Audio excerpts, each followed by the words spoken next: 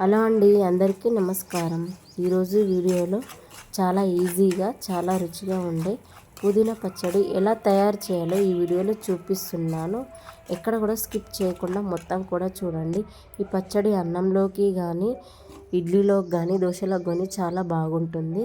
ముందుగా పుదీనా కట్టలు తీసుకొని ఆకులు తెంపుకొని మంచిగా కడుక్కొని ఈ పక్కన పెట్టుకోవాలి. ఇందులోకి ఏమేమి కావాలో చూపిస్తున్నాను. ఎండుమిర్చీలు, ధనియాలు, వెల్లుల్లి, జీలకర్ర, ఆవాలు, పసుపు, మినప్పప్పు, టేస్ట్కి సరిపడా ఉప్పు, ఆయిల్ కూడా తీసుకోవాలి. ఇప్పుడు ఈ పుదీనా కడిగి పక్కన పెట్టుకున్నాం కదా, ఇవి మొత్తం నీళ్లు పోయేదాకా అయితే చూసుకోవాలి. ఈ నీళ్లు పోయిన తర్వాత ఇప్పుడు స్టవ్ ఆన్ చేసుకొని స్టవ్ మీద ఒక పెనం లాంటిది పెట్టుకోవాలి. ఇది కొద్దిగా వేడెక్కిన తర్వాత ఇందులోకి ధనియాలు, మినపప్పు గోల్డెన్ బ్రౌన్ వచ్చేంత వరకు వేయించుకోవాలి. మా ఇంటి ముందు టెంపుల్ అయితే ఉంది. ఆ టెంపుల్ నుంచి వచ్చే మంత్రాలు చాలా బాగా వినిపిస్తాయి. వేయించుకుంటే చాలా టేస్టీగా ఉంటుంది. మనం పచ్చడి తిన్నప్పుడు ఇవి పన్ను కింద తగిలి అయితే చాలా బాగుంటుంది. ఇవన్నీ కూడా వీడియోలో చూపిస్తున్నట్టుగా కొద్దిగా గోల్డెన్ బ్రౌన్ వచ్చేంత వరకు అయితే వేయించుకోవాలి.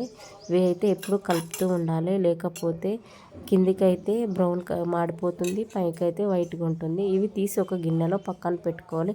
ఇప్పుడు ఇదే ప్యాన్లో కొద్దిగా నూనె వేసుకొని మనం ఇప్పుడు ఎండుమిర్చిలు అయితే ఇందులోకి వేసుకొని ఇవి కూడా కొద్దిగా వేగేంత వరకు అయితే వేయించుకోవాలి. వీడియోలో చూపిస్తున్నట్టుగా వేగనివ్వాలి.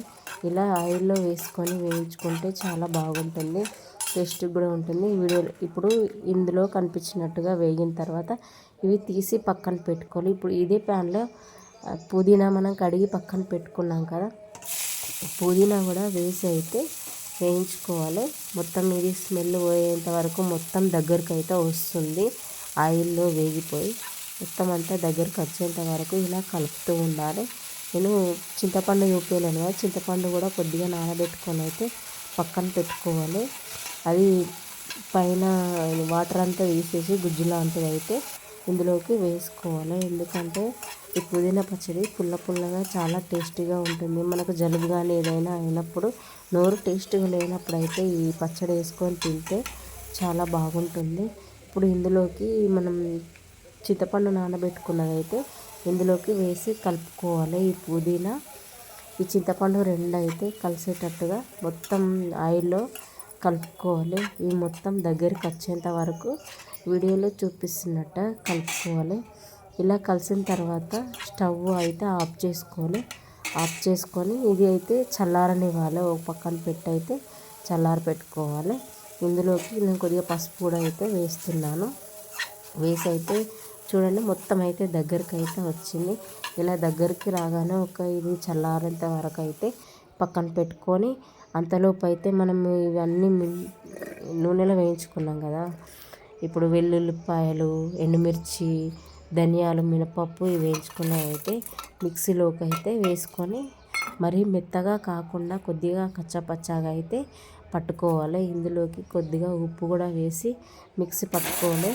చూడండి ఇప్పుడు నేను మిక్సీ పట్టిన తర్వాత మీకు చూపిస్తున్నాను. పేస్ట్ లాగా చేయకూడదు, కొద్దిగా కచ్చపచ్చాగానే ఉండాలి వీడియోలో చూపిస్తున్నట్టుగా.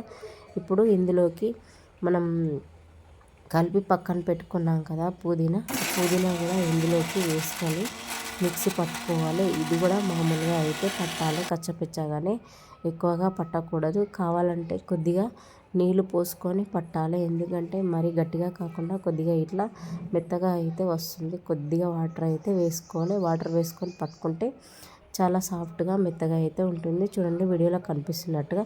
ఇప్పుడు స్టవ్ వెలిగించుకొని ఒక ప్యాన్ లాంటిది పెట్టుకొని అందులోకి ఆయిల్ వేసుకొని ఆయిల్ వేడెక్కిన తర్వాత జీలకర్ర, ఆవాలు వేసి అయితే కలుపుకోవాలి.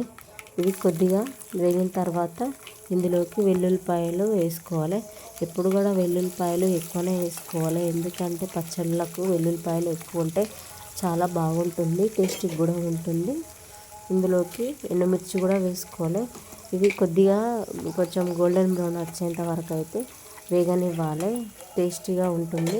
వీడియోలో కనిపిస్తున్నట్టుగా ఇలా గోల్డెన్ బ్రౌన్ వచ్చేంత వరకు వేగిన తర్వాత ఇందులోకి కొద్దిగా కరివేపాకు వేసుకొని ఇప్పుడు మనం పక్కన పెట్టుకున్న పచ్చడి కూడా మిక్సీ పట్టింది ఇందులోకి వేసి కలుపుకోవాలి. చాలా బాగుంటుంది ఈ పచ్చడి అనేది. మీరు కూడా ఒకసారి ట్రై చేయండి. ఇది అన్నంలోకి కానీ ఇడ్లీలోకి కానీ ఎందులోకి వేసుకున్నా బాగుంటుంది. వేడివేడిగా తింటే. నచ్చితే లైక్ చేయండి. ఇలాంటి మంచి మంచి వీడియో కోసం నా ఛానల్ని సబ్స్క్రైబ్ చేసుకోండి. బాయ్. Thank you.